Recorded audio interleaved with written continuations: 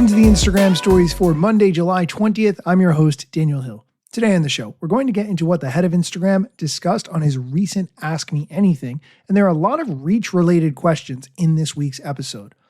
For instance, if you're getting less reach than you have in the past, you might have heard someone suggest that you should turn your account to private for some amount of time, maybe 24 or 48 hours, then turn it back to public, and you're going to get a lot more reach.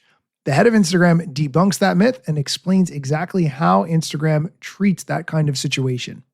Another thing that many people think is that if you remove people who are following you but do not engage with your content and only have people who follow you that really care about what you're doing, that will help you in the algorithm. Today on the show, the head of Instagram explains whether or not that matters. All of those questions plus more, but first, here's a quick word from our sponsor. All right, let's get into the questions from the head of Instagram. First, if you are struggling with reach and you have the idea that you can turn your account to private for some short amount of time, then turn it back to a public account, this will help you in reach. The head of Instagram explains that this is not how it works. Here's the clip.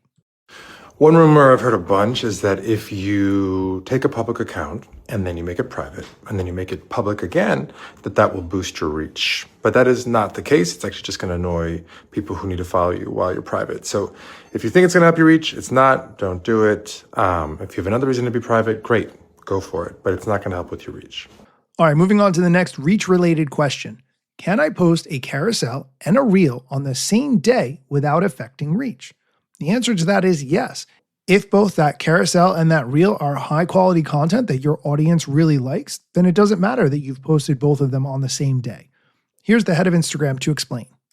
It depends on what you're posting. The reason why sometimes posting two things in the same day means you get a little bit less reach is not because we do anything. We don't want to punish you for posting more. It's great to post more. It's because sometimes, not for everyone, but for some people, when they see your stuff and they see another thing from you shortly thereafter, they're less likely to send it to a friend or like it or watch it. But that's not true for everybody, and it's not true for all content either. So I would just try and test it out. I would see if your content's pretty different, it's probably fine. If it's very similar, then you might want to try it and see how it does, and then try also spacing things out and see how that does, and then double down with what works or on what works. Okay, let's move on to the next reach-related question. Will removing unwanted followers hurt my Reels reach and algorithm ranking?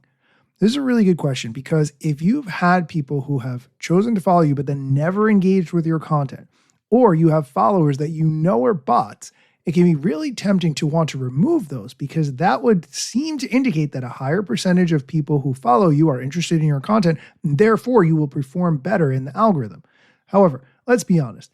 Everyone has spam followers. Everyone has bot followers. Everyone has people who follow them who don't engage with their content. This is an across-the-board issue for Instagram. No, not significantly. Obviously, they won't actually see your content anymore. At least they won't see it in their main feed, but it's not going to be a bad thing for you over with everybody else. Okay, just real quick, I want to address the fact that there was a beep in that answer. For some reason, Instagram seemed to think that he said a curse word. I don't think he did. He generally doesn't curse, and I don't think a curse word would have fit in the context of that answer, so just ignore that beep. All right, moving on to the next question. Does Instagram punish you if you use the same audio that everyone else is using? The answer to that is no. There are trending audio clips at any given time on Instagram. They're indicated by a little up arrow, and actually you would want to use those because trending audio indicates that people are okay with hearing that, people like hearing that audio, and it's totally fine to use. That's why Instagram indicates that it's trending upward. Here's the head of Instagram to explain. No, we're not going to punish you for posting content with a video that with a song that a lot of other people are using. Generally speaking, we're trying to find people who are interested in your content. The only things that are going to really limit your reach are things like safety concerns. So if you post content that almost violates the rules but doesn't quite. Another one, which isn't related to safety, is if you're just taking other people's content and reposting it, that's unoriginal, and you're not making it your own in some way, that also will limit your reach. But you can see if there's an issue by going to profile settings and account status. Okay, let's move on to the topic of what you can do when your account isn't growing. If you're working really hard, creating content for Instagram regularly, and you're just not seeing the growth, what can you do? Here's the head of Instagram to answer that question. I know that can be unbelievably frustrating. I think it's about trying to continue to experiment. Figure out, if you look back at everything you've posted, what the patterns are. What kind of things have worked a bit better? What kind of things haven't worked as well? And then maybe double down on the things that are working. Now, to remind you, it's super important that you stay true to the whole goal that you have for being on the platform in the first place. Are you trying to build a brand, sell a product, evangelize a cause?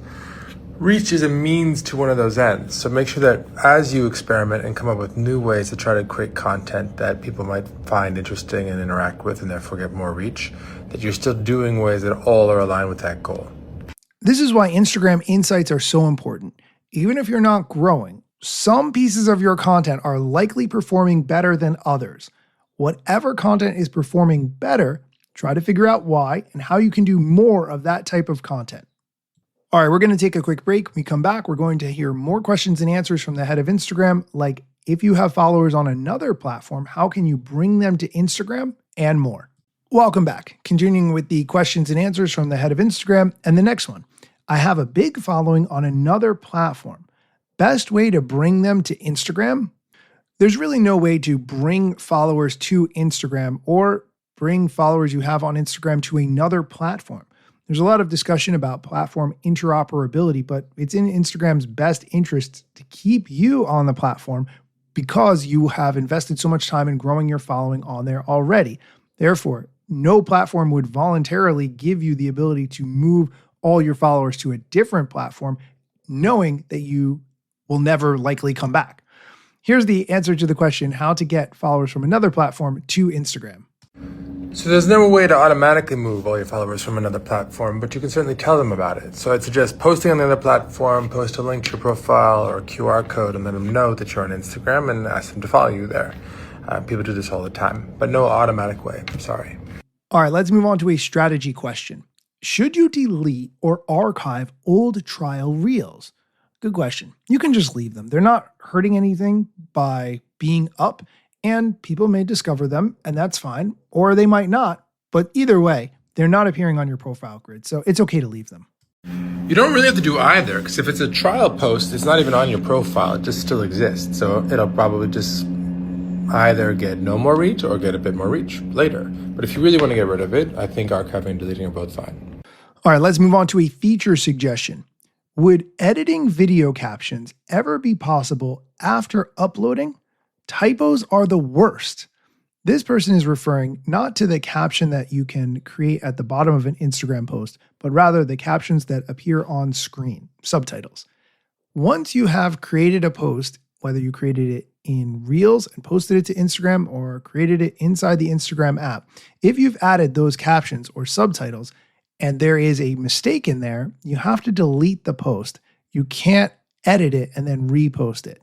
I really wish this was possible because there are plenty of times where you do discover a typo or some of the text is cut off or doesn't appear right on the screen because of sizing or a million other issues.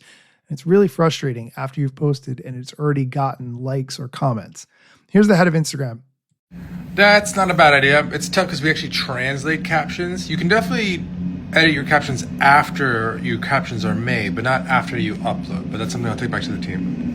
Okay, that's it for all the Instagram related questions. And I've saved this last one because it's a slightly different topic, but I think it's very important. The question, what stops someone from filming me on Meta glasses and posting it without me knowing? This is a great question. And this is really something that a lot of people, myself included, are not very comfortable with. You might give your consent to have someone's video posted online, and that's totally fine. But you should have the choice to decide whether or not you give your consent for images or videos of you to be posted online. Here's Adam's answer to what stops someone from filming them on Meta glasses and uploading it without the person knowing.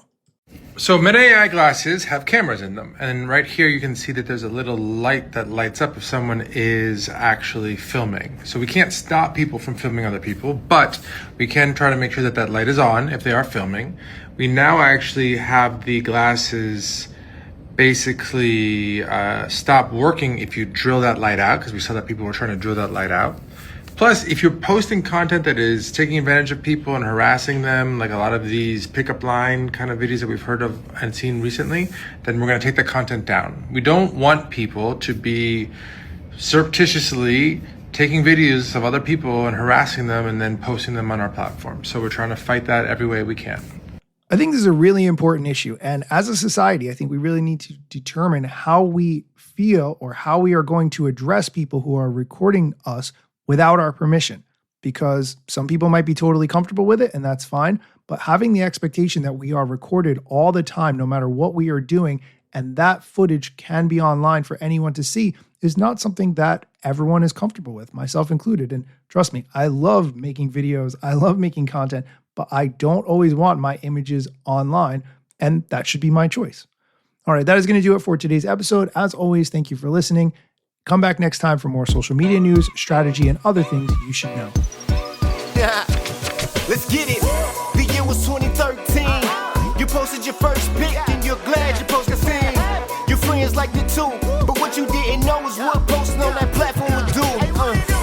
Taking all your time and attention, doom scrolling. Also, let me mention, you gotta post on every platform, putting content on every set just to conform. Likes gave you validation and you got hooked. Now engagement is down, you feeling overlooked. Hey, keep coming back for more podcasts. And find me on Instagram at Daniel Hill Media.